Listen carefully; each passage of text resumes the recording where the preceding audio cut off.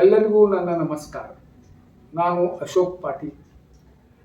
ಭಕ್ತಿಯಿಂದ ಮುಕ್ತಿ ಎಂಬ ನಮ್ಮ ಚಾನಲ್ನಲ್ಲಿ ಎಲ್ಲರಿಗೂ ಸುಸ್ವಾಗತ. ಈ ಚಾನಲ್ನಲ್ಲಿ ನಾನು ದಿನಾಲೂ ಒಂದು ಭಾಗವತದ ಅಧ್ಯಾಯವನ್ನು ಪಾರಾಯಣ ಮಾಡುತ್ತೇನೆ. ಈ ಆಧುನಿಕ ಜೀವನ ಶೈಲಿಯಲ್ಲಿ ಎಲ್ಲರಿಗೂ ಭಾಗವತವನ್ನು ಪಾರಾಯಣ ಮಾಡಲಿಕ್ಕೆ ಆಗುವುದಿಲ್ಲ. ಶ್ರೀಮದ್ ಭಾಗವತದ ಪುರಾಣವನ್ನು ಓದಿ ಮನೆ ಮನೆಗೆ ಶ್ರೀಕೃಷ್ಣನ ಭಕ್ತಿಯನ್ನು ತಲುಪಿಸುವುದು ನಮ್ಮ ಚಾನಲ್ನ ಉದ್ದೇಶವಾಗಿದೆ. ಭಾಗವತ ಮಹಾತ್ಮೆ ಸ್ಕಂದ 1 ಹಾಗೂ ಸ್ಕಂದ 2 ಎಲ್ಲ ವಿಡಿಯೋಗಳನ್ನು ನಮ್ಮ ಚಾನಲ್ನ ಪ್ಲೇ ಲಿಸ್ಟ್ನಲ್ಲಿ ಹಾಕಿರುತ್ತೇನೆ. ಎಲ್ಲರೂ ಅವುಗಳನ್ನು ವೀಕ್ಷಣೆ ಮಾಡಿ ಮತ್ತು ಈ ಚಾನಲನ್ನು ಪ್ರೋತ್ಸಾಹ ಮಾಡಿದ, ಲೈಕ್ ಮಾಡಿದ, ಕಮೆಂಟ್ ಮಾಡಿದ ಎಲ್ಲರಿಗೂ ಧನ್ಯವಾದಗಳು. ಹೀಗೆ ಮುಂದಿನ ನಮ್ಮ ಚಾನಲ್ಗಳನ್ನು ನೋಡಿ ಸಬ್ಸ್ಕ್ರೈಬ್ ಮಾಡಿರಿ, ಕಮೆಂಟ್ ಮಾಡಿರಿ, ಲೈಕ್ ಮಾಡಿರಿ. ಧನ್ಯವಾದಗಳು.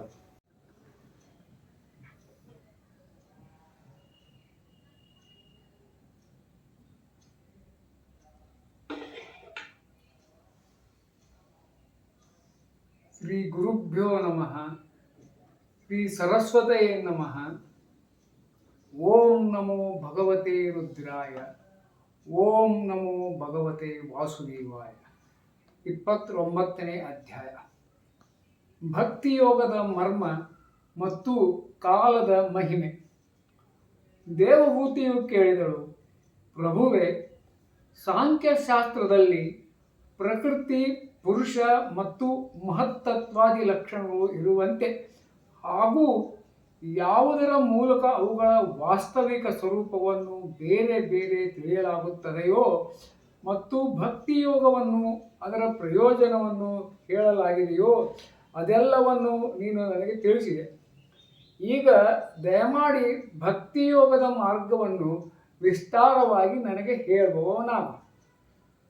ಇದಲ್ಲದೆ ಜೀವರ ಜನ್ಮ ಮರಣ ರೂಪವಾದ ಅನೇಕ ವಿಧವಾದ ಗತಿಗಳನ್ನು ವರ್ಣಿಸು. ಅವುಗಳನ್ನು ಕೇಳುವುದರಿಂದ ಜೀವನಿಗೆ ಎಲ್ಲ ವಿಧದ ವಸ್ತುಗಳಲ್ಲಿ ವೈರಾಗ್ಯ ಉಂಟಾಗುತ್ತದೆ. ಯಾವುದರ ಭಯದಿಂದ ಜನರು ಶುಭಕರ್ಮಗಳಿಂದ ಪ್ರವರ್ತರಾಗುತ್ತಾರೋ ಮತ್ತು ಯಾವುದು ಬ್ರಹ್ಮಾದಿಗಳು ಶಾಸನ ಮಾಡುವಂತಹದೋ ಆ ಸರ್ವ ಸಮರ್ಥ ಕಾಲದ ಸ್ವರೂಪವನ್ನು ಕೂಡ ನೀನು ನನಗೆ ಹೇಳು. ಜ್ಞಾನದೃಷ್ಟಿಯು ಲುಪ್ತವಾದ ಕಾರಣ ದೇಹಾದಿ ಮಿಥ್ಯಾ ವಸ್ತುಗಳಲ್ಲಿ ಯಾರಿಗೆ ಆತ್ಮಾಭಿಮಾನ ಉಂಟಾಗಿದೆಯೋ ಹಾಗೂ ಬುದ್ಧಿಯು ಕರ್ಮಾಸಕ್ತವಾಗಿರುವ ಕಾರಣ ಅತ್ಯಂತ ಶ್ರಮ ಪಡುತ್ತಾ ಯಾರು ಬಹಳ ಕಾಲದಿಂದ ಅಪಾರ ಅಂಧಕಾರಮಯ ಸಂಸಾರದಲ್ಲಿ ಮಲಗಿರುವರೋ ಅಂತಹವರನ್ನು ಎಚ್ಚರಿಸಲು ಯೋಗ ಭಾಸ್ಕರನಂತೆ ನೀನು ಅವತರಿಸುವೆ. ಶ್ರೀ ಮೈತ್ರೇಯರು ಹೇಳುತ್ತಾರೆ, ಕುರು ಶ್ರೇಷ್ಠನಾದ ವಿದುರನೇ, ತಾಯಿಯ ಆ ಚೆನ್ನುಡಿಯನ್ನು ಕೇಳಿ ಕಪಿಲ ಮಹಾಮುನಿಗಳು ಆಕೆಯನ್ನು ಪ್ರಶಂಸಿಸುತ್ತಾ ಜೀವರ ಕುರಿತು ದಯೆಯಿಂದ ದ್ರವೀಭೂತರಾಗಿ ಹೆಚ್ಚಾದ ಪ್ರಸನ್ನತೆಯಿಂದ ಅವಳಲ್ಲಿ ಹೇಳತೊಡಗಿದರು. ಶ್ರೀ ಭಗವಂತನು ಹೇಳಿದನು, ಅಮ್ಮ, ಸಾಧಕರ ಭಾವಕ್ಕನುಸಾರವಾಗಿ ಭಕ್ತಿಯೋಗವು ಅನೇಕ ಪ್ರಕಾರವಾಗಿ ಪ್ರಕಾಶಿಸುತ್ತದೆ. ಏಕೆಂದರೆ ಸ್ವಭಾವ ಮತ್ತು ಗುಣಗಳ ಭೇದದಿಂದ ಮನುಷ್ಯನ ಭಾವದಲ್ಲಿಯೂ ವಿಭಿನ್ನತೆ ಬಂದುಬಿಡುತ್ತದೆ. ಭೇದ ಬುದ್ಧಿಯಿಂದ ಕೂಡಿ ಹೃದಯದಲ್ಲಿ ಹಿಂಸೆ, ದಂಭ ಅಥವಾ ಮಾತ್ಸರ್ಯ ಭಾವವನ್ನಿರಿಸಿಕೊಂಡು ನನ್ನಲ್ಲಿ ಭಕ್ತಿಯನ್ನಿಡುವವನು ತನ್ನ ತಾಮಸ ಭಕ್ತನಾಗಿದ್ದಾನೆ. ವಿಷಯ ಸುಖಕ್ಕಾಗಿ ಯಶಸ್ಸು, ಐಶ್ವರ್ಯದ ಕಾಮನೆಯಿಂದಲೇ ಪ್ರತಿಮಾದಿಗಳಲ್ಲಿ ಭೇದ ಭಾವದಿಂದ ನನ್ನನ್ನು ಪೂಜಿಸುವವನು ರಾಜಸ ಭಕ್ತನಾಗಿದ್ದಾನೆ. ಪಾಪಗಳನ್ನು ಕಳೆದುಕೊಳ್ಳುವುದಕ್ಕಾಗಿ ಪರಮಾತ್ಮನಿಗೆ ಅರ್ಪಿಸಲೋಸುಗುವೆ ಮತ್ತು ಪೂಜೆ ಕರ್ತವ್ಯವಾಗಿದೆ ಎಂಬ ಬುದ್ಧಿಯಿಂದ ಭೇದ ಭಾವದಿಂದ ನನ್ನನ್ನು ಪೂಜಿಸುವವನು ಸಾತ್ವಿಕ ಭಕ್ತನೆನಿಸುವನು. ಗಂಗಾ ಪ್ರವಾಹವು ಅಖಂಡವಾಗಿ ಸಮುದ್ರದ ಕಡೆಗೆ ಹರಿಯುವಂತೆ ನನ್ನ ಗುಣಗಳನ್ನು ಶ್ರವಣ ಮಾತ್ರದಿಂದಲೇ ಮನಸ್ಸಿನ ಗತಿಯು ತೈಲಧಾರೆಯಂತೆ ಅವಿಚ್ಛಿನ್ನ ರೂಪದಿಂದ ಸರ್ವಾಂತರ್ಯಾಮಿಯಾದ ನನ್ನ ಕಡೆಗೆ ಹರಿಯುವುದು ಹಾಗೂ ಪುರುಷೋತ್ತಮನಾದ ನನ್ನಲ್ಲಿ ನಿಷ್ಕಾಮವಾದ ಅನನ್ಯ ಪ್ರೇಮ ಉಂಟಾಗುವುದು ನಿರ್ಗುಣ ಭಕ್ತಿಯ ಲಕ್ಷಣವೆಂದು ಹೇಳಲಾಗಿದೆ.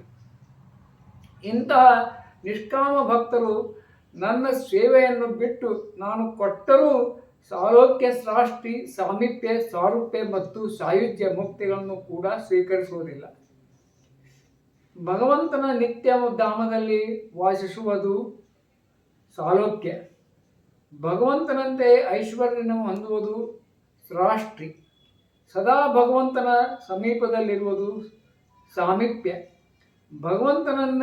ಭಗವಂತನಂತೆ ರೂಪವನ್ನು ಹೊಂದುವುದು ಸಾಯುಜ್ಯ, ಭಗವಂತನ ವಿಗ್ರಹದಲ್ಲಿ ಸೇರಿ ಹೋಗುವುದು, ಅವನೊಂದೇ ಒಂದಾವುದು ಅಥವಾ ಬ್ರಹ್ಮ ರೂಪವಾಗುವುದು.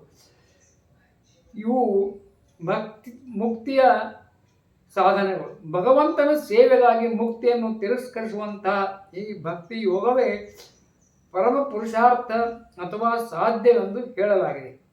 ಇದರ ಮೂಲಕ ಮನುಷ್ಯನು 3 ಗುಣಗಳನ್ನು ದಾಟಿ ನನ್ನ ಭಾವವನ್ನು, ಅಂದರೆ ನನ್ನ ಪ್ರೇಮರೂಪಿ ಅಪ್ರಾಕೃತ ಸ್ವರೂಪವನ್ನು ಪಡೆದುಕೊಳ್ಳುವನು.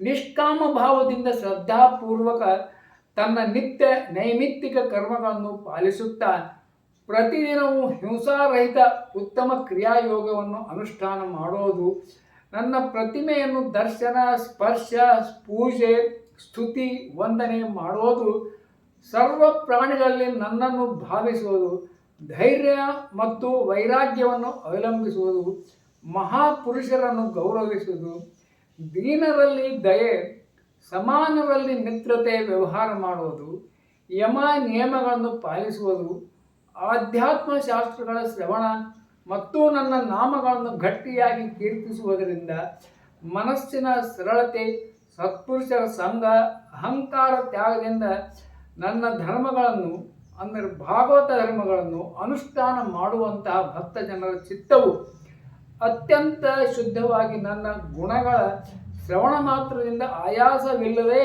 ನನ್ನಲ್ಲಿ ತೊಡಗುತ್ತದೆ.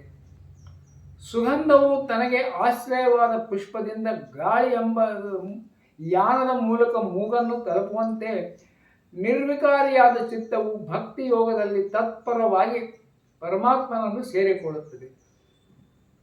ನಾನು ಆತ್ಮರೂಪದಿಂದ ಸದಾಕಾಲ ಎಲ್ಲ ಜೀವರಲ್ಲಿ ಇದ್ದೇನೆ. ಅದಕ್ಕಾಗಿ ಸರ್ವಭೂತಗಳಲ್ಲಿರುವ ಪರಮಾತ್ಮನಾದ ನನ್ನನ್ನು ಅನಾದರ್ಶಿ ಕೇವಲ ಪ್ರತಿಮೆಯಲ್ಲೇ ನನ್ನನ್ನು ಪೂಜಿಸುವವರ ಪೂಜೆಯು ಕೇವಲ ವಿಡಂಬನೆಯಾಗಿದೆ. ಎಲ್ಲರ ಆತ್ಮ ಪರಮೇಶ್ವರನಾದ ನಾನು ಎಲ್ಲ ಪ್ರಾಣಿಗಳಲ್ಲಿಯೂ ಇದ್ದೇನೆ. ಇಂತಹ ಸ್ಥಿತಿಯಲ್ಲಿ ಮೋಹವಶರಾಗಿ ನನ್ನನ್ನು ಉಪೇಕ್ಷಿಸಿ ಕೇವಲ ಪ್ರತಿಮೆಯ ಪೂಜೆಯನ್ನಲ್ಲೇ ತೊಡಗಿರುವವರು ಬೂದಿಯಲ್ಲಿ ಹೋಮ ಮಾಡಿದಂತೆ ಆಗುವುದು. ಭೇದದೃಷ್ಟಿಯುಳ್ಳವನು ಅಭಿಮಾನದಿಂದ ಬೇರೆ ಜೀವರೊಂದಿಗೆ ವೈರಿ ಕೊಟ್ಟುಕೊಳ್ಳುವವನು ಹೀಗೆ ಅವುಗಳ ದೇಹದಲ್ಲಿ ಇರುವ ಆತ್ಮನಾದ ನನ್ನನ್ನು ದ್ವೇಷಿಸುತ್ತಾನೆ. ಇಂತಹವರ ಮನಸ್ಸಿಗೆ ಎಂದೂ ಶಾಂತಿ ದೊರೆಯುವುದಿಲ್ಲ. ತಾಯಿ, ಇತರ ಜೀವರಿಗೆ ಅಪಮಾನ ಮಾಡುವವನು ಸಾಮಾನ್ಯವಾದ ಮತ್ತು ಶ್ರೇಷ್ಠವಾದ ಹಲವು ಬಗೆಯ ಸಾಮಗ್ರಿಗಳಿಂದ ಅನೇಕ ಪ್ರಕಾರವಾದ ವಿಧಿ ವಿಧಾನಗಳೊಡನೆ ನನ್ನ ಮೂರ್ತಿಯನ್ನು ಪೂಜಿಸಿದರೂ ನಾನು ಅದರಿಂದ ಪ್ರಸನ್ನನಾಗಲಾರೆನು. ತನ್ನ ಹೃದಯದಲ್ಲಿಯೂ ಹಾಗೂ ಸಂಪೂರ್ಣ ಪ್ರಾಣಿಗಳಲ್ಲಿಯೂ ಇರುವ ಪರಮಾತ್ಮನ ಅನುಭವವು ಆಗುವವರೆಗೆ ಮನುಷ್ಯನು ತನ್ನ ಧರ್ಮದ ಅನುಷ್ಠಾನ ಮಾಡುತ್ತಾ ಈಶ್ವರನಾದ ನನ್ನನ್ನು ಪ್ರತಿಮೆಯ ಮುಂತಾದಗಳಲ್ಲಿ ಪೂಜೆ ಮಾಡುತ್ತಾ ಇರಬೇಕು. ಆತ್ಮ ಪರಮಾತ್ಮರ ನಡುವೆ ಸ್ವಲ್ಪವಾದರೂ ಅಂತರ ತೋರುವ ಭೇದದರ್ಶಿಯಾದವನಿಗೆ ನಾನು ಮೃತ್ಯುರೂಪದಿಂದ ಮಹಾಭಯವನ್ನು ತಂದು ಒಡ್ಡುತ್ತೇನೆ. ಆದ್ದರಿಂದ ಎಲ್ಲ ಪ್ರಾಣಿಗಳ ಒಳಗೂ ಮನೆ ಮಾಡಿಕೊಂಡು ಅವುಗಳ ಆತ್ಮನಾಗಿರುವ ಪರಮಾತ್ಮನಾದ ನನ್ನನ್ನು ಯಥೋಚಿತವಾಗಿ ದಾನ, ಸಮ್ಮಾನ, ಸ್ನೇಹದ ವ್ಯವಹಾರ ಹಾಗೂ ಸಮದೃಷ್ಟಿಯ ಮೂಲಕ ಪೂಜಿಸಬೇಕು.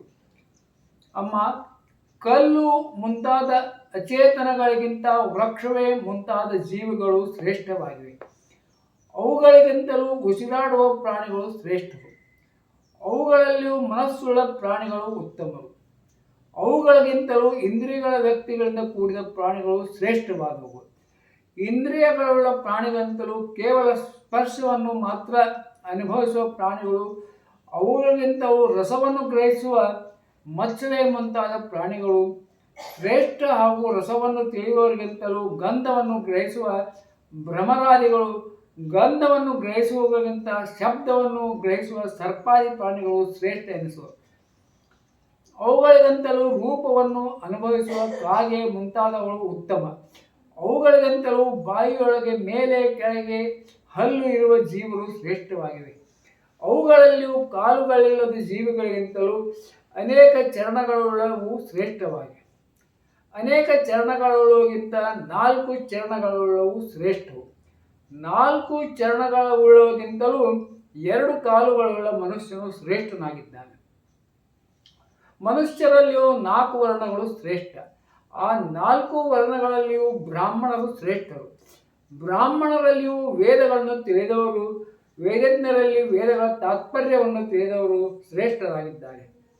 ತಾತ್ಪರ್ಯ ತಿಳಿದವರಲ್ಲಿ ಸಂಶಯನ್ನು ಹೋಗಲಾಡಿಸುವವರು, ಅವರಿಗಿಂತಲೂ ತಮ್ಮ ವರ್ಣಾಶ್ರಮೋಚಿತವಾದ ಧರ್ಮವನ್ನು ಪಾಲಿಸುವರು ಹಾಗೂ ಅವರಿಗಿಂತಲೂ ಆಸಕ್ತಿಯನ್ನು ತ್ಯಜಿಸಿದವರು ಮತ್ತು ತಮ್ಮ ಧರ್ಮವನ್ನು ನಿಷ್ಕಾಮ ಭಾವದಿಂದ ಆಚರಿಸುವವರು ಶ್ರೇಷ್ಠರಾಗಿದ್ದಾರೆ. ಅವರಿಗಿಂತಲೂ ತಮ್ಮ ಎಲ್ಲ ಕರ್ಮಗಳನ್ನು, ಅವುಗಳ ಫಲವನ್ನು ಹಾಗೂ ತಮ್ಮ ಶರೀರವನ್ನು ನನ್ನಲ್ಲಿ ಅರ್ಪಿಸಿ ಭೇದ ಭಾವವನ್ನು ಬಿಟ್ಟು ನನ್ನ ಉಪಾಸನೆ ಮಾಡುವವರು ಶ್ರೇಷ್ಠರಾಗಿದ್ದಾರೆ. ಹೀಗೆ ನನ್ನಲ್ಲಿಯೇ ಚಿತ್ತವನ್ನು ಮತ್ತು ಕರ್ಮವನ್ನು ಸಮರ್ಪಿಸುವ ಕರ್ತೃತ್ವವನ್ನು ತೊರೆದು ಸಮದರ್ಶಿಗಳಾದ ಮನುಷ್ಯರಿಗಿಂತ ಹೆಚ್ಚಿನ ಬೇರೆ ಯಾವ ಪ್ರಾಣಿಯೂ ನನಗೆ ಕಂಡು ಬರುವುದಿಲ್ಲ. ಅಜ್ಞರಿಂದ ಸಾಕ್ಷಾತ್ ಶ್ರೀ ಭಗವಂತನೇ ತನ್ನ ಜೀವರೂಪವಾದ ಅಂಶದಿಂದ ಎಲ್ಲರಲ್ಲಿ ಪ್ರವೇಶ ಮಾಡಿದ್ದಾನೆ ಎಂದು ಭಾವಿಸಿ ಸಮಸ್ತ ಪ್ರಾಣಿಗಳನ್ನು ತುಂಬು ಆದರದಿಂದ ಮನಸ್ಸಿನಿಂದ ನಮಸ್ಕರಿಸಬೇಕು. ಅಮ್ಮ, ಹೀಗೆ ನಾನು ನಿನಗಾಗಿ ಭಕ್ತಿ ಯೋಗ ಮತ್ತು ಅಷ್ಟಾಂಗ ಯೋಗವನ್ನು ವರ್ಣಿಸಿರುವೆನು. ಇವುಗಳಲ್ಲಿ ಒಂದನ್ನಾದರೂ ಸಾಧನೆ ಮಾಡುವುದರಿಂದ ಜೀವನು ಪರಮಪುರುಷ ಭಗವಂತನನ್ನು ಪಡೆದುಕೊಳ್ಳಬಲ್ಲನು. ಪರಮಾತ್ಮ ಬ್ರಹ್ಮನಾದ ಭಗವಂತನ ಅದ್ಭುತವಾದ ಪ್ರಭಾವದಿಂದ ಸಂಪನ್ನನಾಗಿ ಜಗತ್ತಿನ ಪದಾರ್ಥಗಳ ನಾನಾ ವಿಧ ವೈಚಿತ್ರ್ಯಕ್ಕೆ ಕಾರಣವಾಗಿರುವ ಸ್ವರೂಪ ವಿಶೇಷವೇ ಕಾಲವಾಗಿದೆ. ಪ್ರಕೃತಿ ಮತ್ತು ಪುರುಷರು ಇದರ ರೂಪಗಳೇ ಆಗಿವೆ. ಈ ಎರಡರಿಂದಲೂ ಬೇರೆ ಆಗಿದೆ. ಇದು ನಾನಾ ಪ್ರಕಾರದ ಕರ್ಮಗಳಿಗೆ ಮೂಲವಾದ ಅದೃಷ್ಟವೂ ಆಗಿದೆ. ಮಹತತ್ವ ಮುಂತಾದವುಗಳಲ್ಲಿ ಅಭಿಮಾನವನ್ನಿಟ್ಟಿರುವ ಭೇದದೃಷ್ಟಿ ಪ್ರಾಣಿಗಳು ಸದಾ ಭಯಪಡುತ್ತಿರುವುದು ಇದಕ್ಕೆ. ಇದು ಎಲ್ಲಕ್ಕೂ ಆಶ್ರಯವಾಗಿರುವುದರಿಂದ ಎಲ್ಲ ಪ್ರಾಣಿಗಳಲ್ಲಿಯೂ ಒಳಹಕ್ಕು ಭೂತಗಳ ಮೂಲಕವೇ ಅವುಗಳನ್ನು ಸಂಹರಿಸುವುದು. ಜಗತ್ತಿನ ಶಾಸನ ಮಾಡುವಂಥ ಬ್ರಹ್ಮಾದಿಗಳಿಗೂ ಒಡೆಯನಾದ ಭಗವಾನ್ ಕಾಲನೇ ಯಜ್ಞಗಳ ಫಲವನ್ನು ಕೊಡುವ ವಿಷ್ಣುವಾಗಿದ್ದಾನೆ. ಇದಕ್ಕೆ ಮಿತ್ರರಾಗಲಿ ಶತ್ರುಗಳಾಗಲಿ ಯಾರೂ ಇಲ್ಲ, ಬಂಧು ಬಾಂಧವರೂ ಇಲ್ಲ. ಇದು ಸದಾಕಾಲ ಎಚ್ಚರವಾಗಿದ್ದು ತನ್ನ ಸ್ವರೂಪಭೂತ ಶ್ರೀ ಭಗವಂತನನ್ನು ಮರೆತು ಭೋಗರೂಪವಾದ ಪ್ರಮಾದದಲ್ಲಿ ಬಿದ್ದಿರುವ ಪ್ರಾಣಿಗಳ ಮೇಲೆ ಆಕ್ರಮಣಗೈದು ಅವರನ್ನು ಸಂಹರಿಸುತ್ತದೆ. ಇದರ ಭಯದಿಂದಲೇ ಗಾಳಿಯು ಬೀಸುವುದು, ಇದರ ಭಯದಿಂದಲೇ ಸೂರ್ಯನು ಬೆಳಗುತ್ತಾನೆ, ಇದರ ಭಯದಿಂದಲೇ ಇಂದ್ರನು ಮಳೆಗರೆಯುವನು, ಇದರ ಭಯದಿಂದಲೇ ತಾರೆಗಳು ಮಿನುಗುತ್ತವೆ, ಇದರ ಭಯದಿಂದಲೇ ಔಷಧಿಗಳು ಮತ್ತು ಬಳ್ಳಿಗಳು ಎಲ್ಲ ವನಸ್ಪತಿಗಳು ಕಾಲ ಕಾಲದಲ್ಲಿ ಫಲ ಪುಷ್ಪಗಳನ್ನು ಬಿಡುತ್ತವೆ. ಇದರ ಭಯದಿಂದಲೇ ನದಿಗಳು ಹರಿಯುತ್ತವೆ ಮತ್ತು ಸಮುದ್ರವು ಮೇರೆ ಮೀರುವುದಿಲ್ಲ. ಇದರ ಭಯದಿಂದಲೇ ಅಗ್ನಿಯು ಪ್ರಜ್ವಲಿಸುತ್ತಿರುವುದು ಹಾಗೂ ಪರ್ವತಗಳ ಸಹಿತ ಪೃಥ್ವಿಯು ನೀರಿನಲ್ಲಿ ಮುಳುಗುವುದಿಲ್ಲ. ಇದರ ಶಾಸನದಿಂದಲೇ ಈ ಆಕಾಶವು ಜೀವಂತ ಪ್ರಾಣಿಗಳಿಗೆ ಉಸಿರಾಡಿಸಲು ಅವಕಾಶ ಮಾಡಿಕೊಡುತ್ತದೆ ಮತ್ತು ಮಹತ್ತತ್ವವು ಅಹಂಕಾರ ರೂಪವಾದ ಶರೀರವನ್ನು 7 ಆವರಣಗಳಿಂದ ಕೂಡಿರುವ ಬ್ರಹ್ಮಾಂಡದ ಸ್ವರೂಪದಲ್ಲಿ ವಿಸ್ತರಿಸುತ್ತದೆ. ಈ ಚರಾಚರ ಜಗತ್ತೆಲ್ಲವೂ ಯಾರ ಅಧೀನದಲ್ಲಿದೆಯೋ ಅಂತಹ ಸತ್ವಾದಿ ಗುಣಗಳ ನಿಯಾಮಕನಾದ ವಿಷ್ಣುವೇ ಮೊದಲಾದ ದೇವತೆಗಳು ಕೂಡ ಇದರ ಭಯದಿಂದಲೇ ಯುಗಗಳ ಕ್ರಮ ಅನುಗುಣವಾಗಿ ಜಗತ್ತಿನ ಸೃಷ್ಟಿಯ ಮುಂತಾದ ಕಾರ್ಯಗಳಲ್ಲಿ ತತ್ಪರರಾಗಿರುತ್ತಾರೆ. ಅವಿನಾಶಿಯಾದ ಈ ಕಾಲವು ಸ್ವಯಂ ಅನಾದಿಯಾಗಿದ್ದರೂ ಇತರ ತತ್ವಗಳಿಗೆ ಆದಿಯಾಗಿದೆ. ತಾನು ಅನಂತನಾಗಿದ್ದರೂ ಬೇರೆಯವರ ಅಂತವನ್ನು ಮಾಡುವುದಾಗಿದೆ. ಜನರಿಂದ ಜನರು ಹುಟ್ಟುವಂತೆ ಮಾಡಿ ಜಗತ್ತನ್ನು ರಚಿಸುತ್ತದೆ ಮತ್ತು ತನ್ನ ಸಂಹಾರ ಶಕ್ತಿಯಾದ ಮೃತ್ಯುವಿನ ಮೂಲಕ ಯಮರಾಜನನ್ನು ಕೂಡ ಕೊಂದು ಇದರ ಅಂತವನ್ನು ಮಾಡುತ್ತಾನೆ. 29ನೇ ಅಧ್ಯಾಯ ಮುಗಿಯಿತು. ಇತಿ ಶ್ರೀಮದ್ ಭಾಗವತ ಮಹಾಪುರಾಣೆ ಪರಮಹಂಸ ಸಂಹಿತಾಯ ತೃತೀಯ ಸ್ಕಂದೆ ಕಾಪಿಲಯೋಪಾಖ್ಯಾನೆ 29ನೇ ಅಧ್ಯಾಯ. ಈ ವಿಡಿಯೋವನ್ನು ಕೊನೆ ತನಕ ನೋಡಿದ್ದಕ್ಕೆ ಧನ್ಯವಾದಗಳು. ಹೀಗೆ ನಮ್ಮ ವಿಡಿಯೋಗಳನ್ನು ವೀಕ್ಷಿಸಿರಿ. ಕಮೆಂಟ್ ಬಾಕ್ಸಿನಲ್ಲಿ ಹರೇ ಕೃಷ್ಣ ಅಥವಾ ರಾಧೆ ರಾಧೆ ಅಂತ ಕಮೆಂಟ್ ಮಾಡಿರಿ. ಧನ್ಯವಾದಗಳು.